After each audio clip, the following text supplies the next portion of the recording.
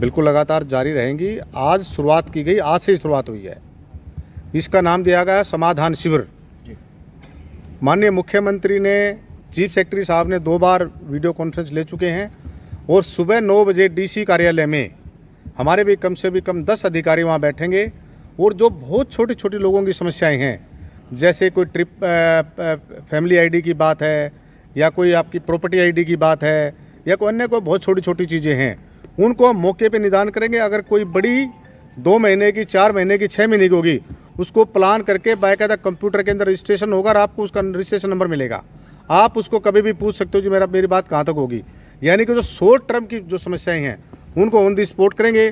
2, 4, 5, 7 दिन में जो हल होने वाले उसको 2, 4, 5, 7 दिन में करेंगे, महीने में होने वाले को महीने में करेंगे, साल में होने वाले को साल में करेंगे। साल का मतलब ये हुआ, सपोज कि आपने डिग्गी बनवानी है किसी गाँव में, आप कह रहे वहाँ डिग्गी जब पानी की व्यवस्था ठीक नहीं है और आपने एप्लीकेशन दी और हमने उसको सुनिश्चित कर लिया, हाँ वास्तव सर्वे कर लिया, हमने चेक करवा लिया, हमने बताया वास्तव में वहाँ पे डिग्गी की ज़रूरत है, तो 1 दिन में तो बनने से नहीं, वो 2 दिन में भी नहीं बनेगी, महीने में भी नहीं बनेगी। उसकी पूरा प्रोजेक्ट बन के सरकार के पास जाएगा, वापस आएगा, यानी कि अगले आने वाले 2-4 महीने के अंदर हम उसको बनवा देंगे।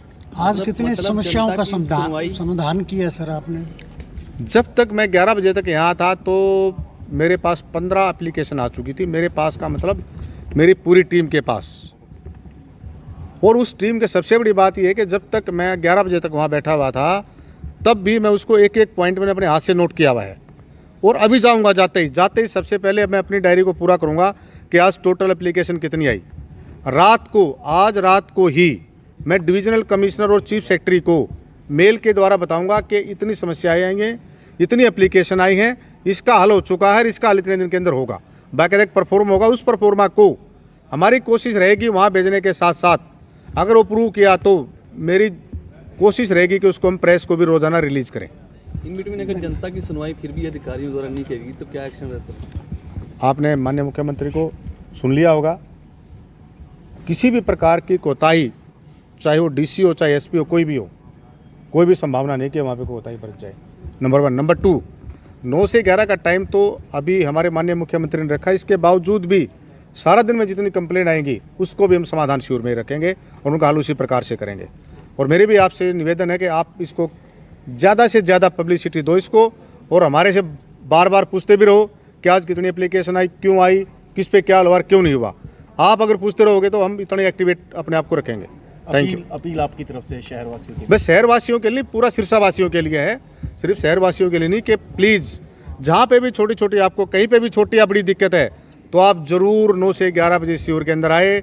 डीसी कार्यालय के अंदर सभी अफसरान आपको वहीं मिलेंगे और ऑन दी स्पॉट जो कुछ छोटी छोटी चीज़ें हैं उनका वहीं पे हल होगा। आज आपको मैं वो एक उदाहरण देता हूँ। एक बुजुर्ग महिला आई जिसकी 80 साल से उम्र थी, उसके एक दोते ने उसके पैसे बार बार करके दोते और उसकी लड़की ने पैसे निकलवा लिए। उसके 2 बेटे थे, एक गुजरात में रहता है। तो मैंने माता जी को पूछा कि माता जी आपके पास इतना पैसा कहाँ से आया? कहते मेरा बेटा भेजता है। कहते मेरे पास ज़मीन नहीं, क्योंकि मैंने ज़मीन अपने बेटों के नाम करा दी।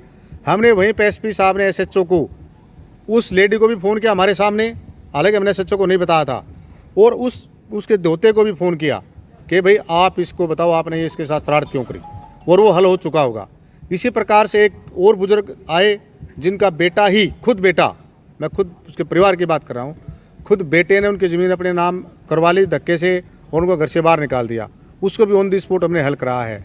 तो इस प्रकार की जो ऐसी चीज़ें जो बिल्कुल बुजुर्गों का या लोगों को बिल्कुल कि यार बिल्कुल श्रेयाम अन्याय हो रहा है जिनके साथ, उनको हम ऑन दी स्पॉट हल करवा रहे हैं इनका।